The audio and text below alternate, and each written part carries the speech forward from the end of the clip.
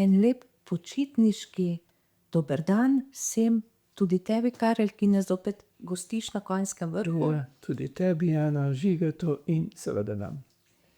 In med počitnicami sva rekla, da bova spregovorila danes o sreči, prihodnjič o svobodi. Tako. O sreči sva govorila in tudi o svobodi že večkrat. Ampak se mi zdi, da je vedno potrebno znova in znova ozavestiti, kaj je tisto, kar nas naredi srečne. Vsi želimo biti srečni, ampak potem se nam pa včasih kje zatakne. Ja, da so pomenil naslov za srečo odločeni, ne? Kajti za srečo pa tudi, ko bova kasneje govorila o svobodi, se je potrebno zavestno odločiti. Danes je pač tak čas, da je potrebna zavestna odločitev in seveda potem tudi zavestno sprejeti napor, ki omogoči, da smo zadovoljni v realnosti življenja oziroma da smo v realnosti življenja tudi svobodni. Vsi vemo, da si želimo srečo, ne? In večkrat opazujem mlade pare, ne, v tisti njihovi prevzetosti, v tisti ljubezni, v kateri drug drugega zaznavajo, so sočutni, se pogovarjajo take globoke stvari. Potem pa kar naenkrat, ko pa zaživijo neko rutino, pa postane odnos preveč funkcionalen. Kar naenkrat se pogovarjajo ne več, kaj doživljaš, kako se počutiš, kar naenkrat ni več časa, da bi se ob čutenju bližnjega v sočutju ustavil in ga zaznaval, da bi se dogodil ta pretok energije ljubezni, ampak skušamo vse reševati predvsem z glavo, premalo pa s srcem. In potem se zgodi kar naenkrat, ker je toliko vsega samo navzven, da se odnos navznoter izprazni, ne. Ni več tiste potešitve, ni več tiste umiritve, ki jo od bližnjega pričakujemo. Ampak pri tem ne ozavestimo, da je razlog temu, da smo izgubili čas sočutenja in ga zamenjali s časom za funkcionalnost, kaj bomo naredili, kaj bomo postorili. In je seveda ta notranja izpraznitev posledica tega. In sami vemo, da je težko živeti z nekom zgolj funkcionalno, če ni tudi sočuteče. In potem se ti odnosi pač z lepo slovensko besedo rečeno flikajo na neke zunanje dogodke, neke prireditve, neke atraktivne počitnice, ampak vse to ne more notranje potešiti, kajti samo srce da moč žlahtnosti v medsebojnem sobivanju. Tudi če pomislimo v odnosu do otrok, sam se spominjam svoji situaciji, ko sem prišel domov, je bilo ob vprašanju, kako je bilo v šoli, predvsem pričakovano, da povem rezultate, ne? Ocene in tisto, kar je mogoče izstopalo. Nikoli pa ni bilo vprašanja, kaj te je pa danes v šoli razveselilo.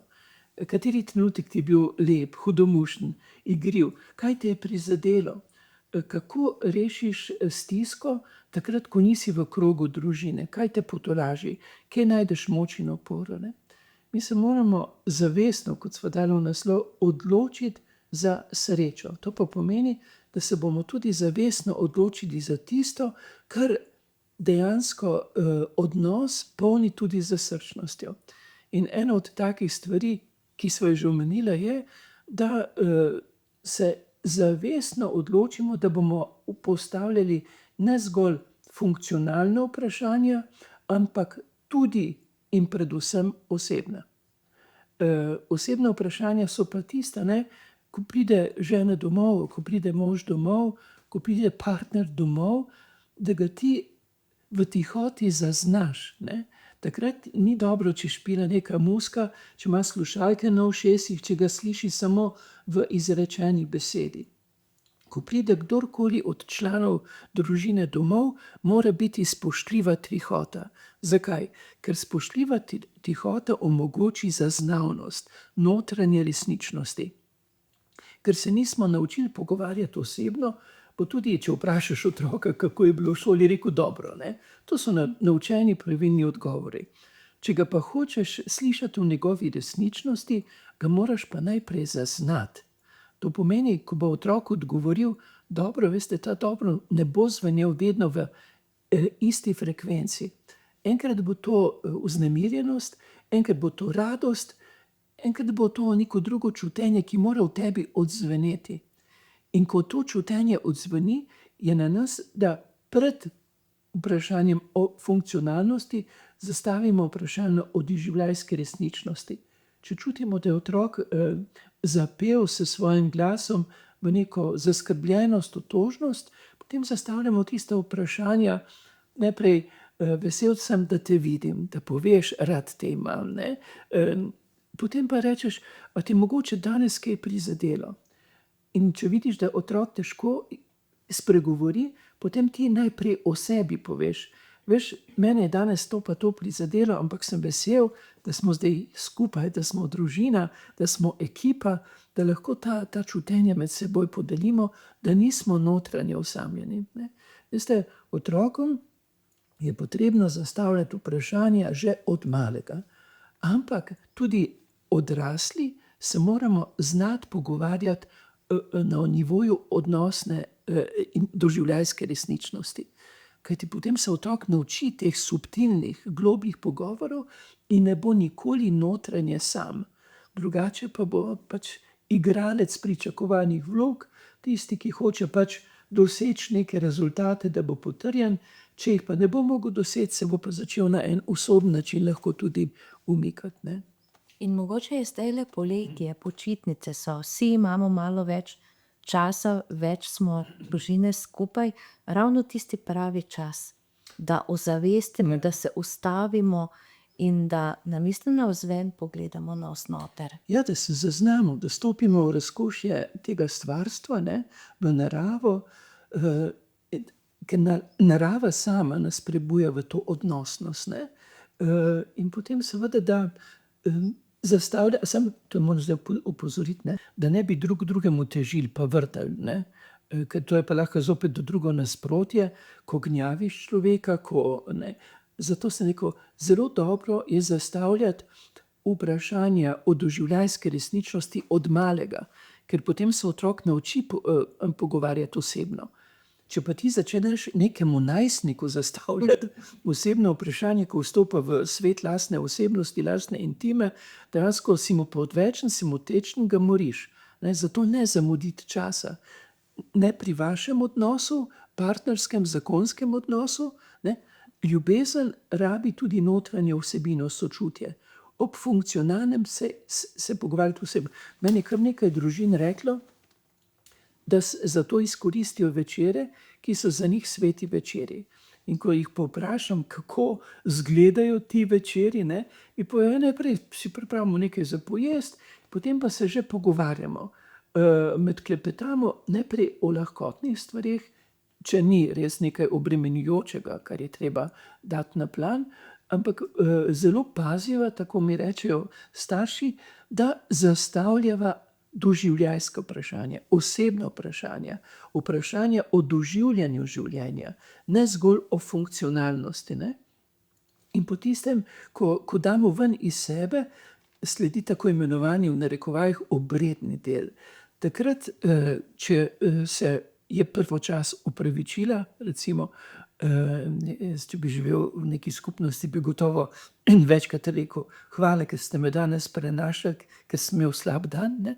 Nič hudega, če imamo slab dan.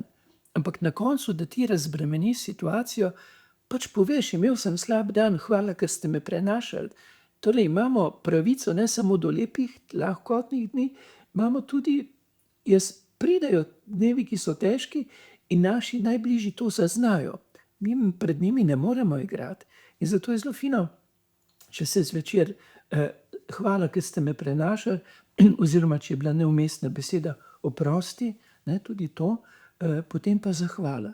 Zakaj smo lahko drugemu hvaležni, ozaveščati to? In zakaj smo nasploh lahko življenju hvaležni?